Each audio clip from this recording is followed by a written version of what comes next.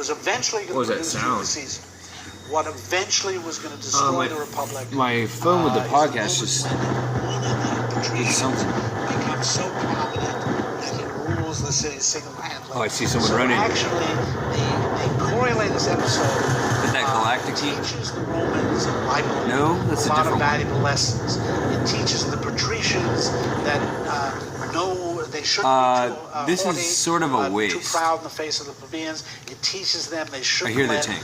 one of their number become too They only prominent. have 10 The plebeians learn that they reinforcements. have the power to expel a great patrician, but it backfires. Because in that play, it comes back. They're all on lockdown, apparently. And nearly destroys Rome. Oh, they're in the So base. There's it's one in the base in the back actually part a of it. tragic story, which has a sobering effect, I would say, on the city. It's a lesson in moderation. The patricians learn They're going they have to be to more all accommodating leave to the if we plebeians. win, The so- plebeians have to learn not to press their power too much.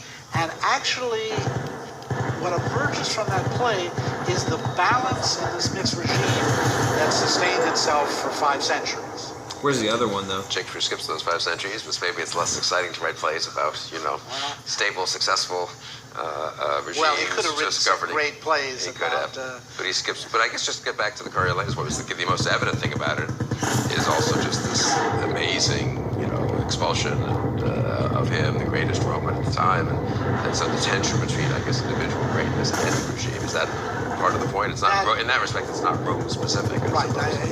It's really the central theme of Shakespearean tragedy is the tension between a single great individual and the community he both serves and provides. And you see that in Macbeth, you see it in Othello, in a weird way you see it in Hamlet, you see it in King Lear, certainly in all of them.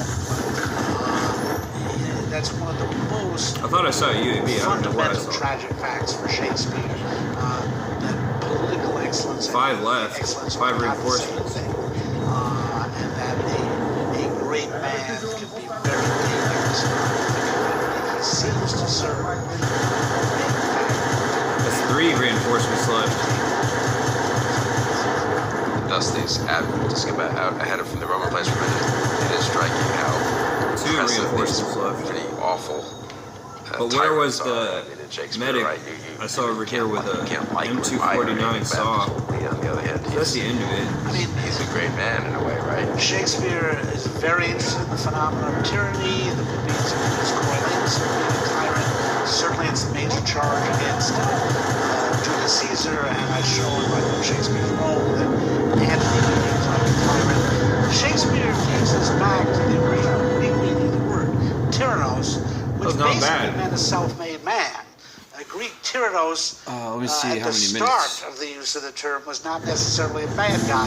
He was some guy who came to the throne. Well, it's already by his own started, the power, second one. And the 6th century BC is known as the Age of Tyrants. And the Athenian tyrant Pisistratus was a pretty great guy. He may have created Athenian tragedy. He may have been the first Is this guy the same who map? had Homer's poems set down in writing.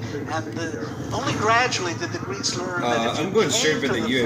throne on your own efforts, you maybe. might be a nasty ruler. I think because instead, you were very worried about someone there is doing one the same thing that I like to to you. do. And that's the logic that Shakespeare shows with tyranny and Macbeth as well. So in some ways it was very fascinating. I could start from this island if I had to. That's later on in the match. About This early though, inherit however, from. They often are not good rules then. And I think he was in tune with the Machiavellian theme about the tension between legitimate princes and illegitimate princes. And how like that illegitimate movie princes have Predator. energy. And that's certainly what you see in someone like Richard III. So, yes, they are not in moral terms admirable, but their sheer energy can be pretty impressive. And so Caesar, speaking of energy, so we have Coriolanus, and then we fast forward, so to speak, to this amazing moment, which was, of course, an extremely famous moment in world history before Shakespeare wrote Julius Caesar, I suppose, of Caesar and his assassination. Now, of course, as far as we know, Shakespeare wrote Julius Caesar first. That was it, man. And maybe 7, 8, 9 years later, he wrote Coriolanus. But how many of them left? how Let he me check the integrates scoreboard. two plays. Oh, there's only 3. And you can Yeah, see that's the end of their it. relation in the opening scenes. In the opening scene of Coriolanus, the people are hungry. They are complaining about the grain that the patricians are hoarding. and they're in rebellion. The idea was to have a podcast in my headset and a different one or an audiobook on the recording of the video. They're out on holiday. Yeah. They're wearing their best clothing, which is a I big guess I've development done that because they have before. best clothing now. Coriolanus' day, they just had rags. And they're celebrating Caesar triumphant Pompey. And their tribunes are berating them for doing that. In Coriolanus, Shakespeare shows that the plebeians were still deeply suspicious of the patricians and that checked patrician power in the city. But what we see in Julius Caesar is the guy that played Roman politics perfectly, Julius Caesar, and what he has learned to do is get the people on his side. And once he does that, already somebody he using unbalances this mixed Roman regime. Well, I guess that that's is the on end of it then. verge of becoming sole ruler of Rome, even maybe king. Though it's clear that people still don't like the name of king, and so he's trying to arrange a deal with the Senate. He'll be called king outside This is a fun place to fight when there is a fight. There's nobody here though. The whole scene of Mark Antony opening the crown is part of that public relations stuff to keep the people convinced that he's not going to become king. There's a secret that only I know about. And yet we see from Casca's account that Julius Caesar's covering that crown. So basically, again, it's something that Roman historians know, and again, Shakespeare would have learned from Machiavelli. The great problem from the Roman Republic was growth in size. Once it reached this pan-Mediterranean empire, they had to extend the terms of the consuls. It took you a year just to get your army to Spain.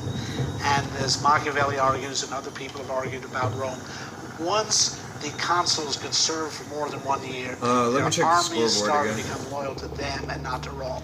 And that's what we Now there's see only in the two old of them. Julius Caesar. The army is So, loyal to I think I'll just end Pompey, that had been there. defeated by the armies loyal to Julius Caesar, and no one's loyal to Rome anymore. They're loyal to their leader, and so that's what You might the leave. empire is, personal politics. And Shakespeare shows how that transforms everything now. And Brutus, is he loyal to the old republic, or is Yes, well, that's you see these figures like Brutus and Cassius and all the conspirators who are trying to restore the republic and who If they would bitterly invite complain about me, the I would preeminence of join, one man. 'cause the Cassius has this team great is so speech, outnumbered. where he says, I never "When decline we that. ever see this before in Rome, that one man He knows where I am. whole city and his whole claim to Brutus. This guy, Caesar, he's not better than I am. I once had to rescue him drowning, and he once had to feed him. So instead of accepting my invite or extending me an invite, and you do see he tries to take out the one guy trying to help him. alive, but it's about to that's be just defeated. people online. To me, the turning point that I think Shakespeare's indicating is when Brutus gets up and gives this fair. They have this idea that defending people on the other the murder team of are like Caesar and the effort to restore the ruthless. Republic. Some guy in the crowd says, "Let him be Caesar," and that's when it's Ruthless. over. When you realize that this whole thing that was done to restore the Republic at most can produce a I'll send him change another of invite. How regime. about that? And the very name Caesar has become a title now. We don't need kings, we need Caesars. And I suppose Antony and Cleopatra admits that right after. Yes. Right? So those two are kind of a pair. Yeah.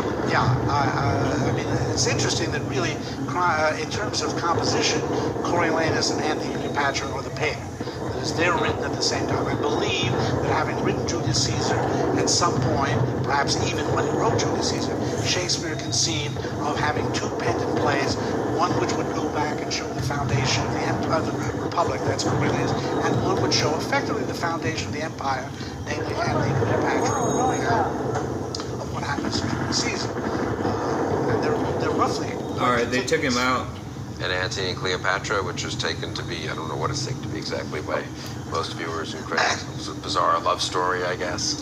I mean, what are the Yeah, but political implications of that? Well, the looking forward. bizarre love story follows from the transformed regime. That is one thing, again, this is one of the things that Shakespeare is so good at.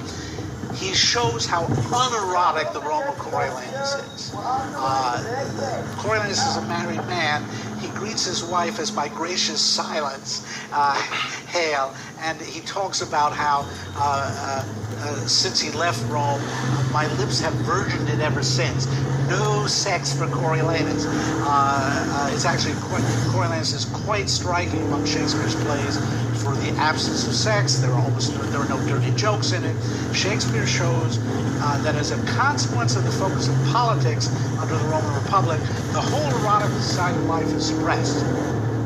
In Julius Caesar, you start to see that change, and the relation between Julius Caesar and Calpurnia, and between Brutus and Portia, is a much deeper, richer relationship than any romantic relationship shown in the romance. Under the Empire, Eros is All right, the whole that's enough for thrust now. of the I Empire don't know if I should turn is off to the whole suppress system, politics. but Getting people This is a into huge politics page. and get them to challenge Sign the in. emperor. And so it's Better have in signed effect out. imperial That's all. policy to encourage love affairs. We talk about bread and circuses as the policy of the Roman emperors, and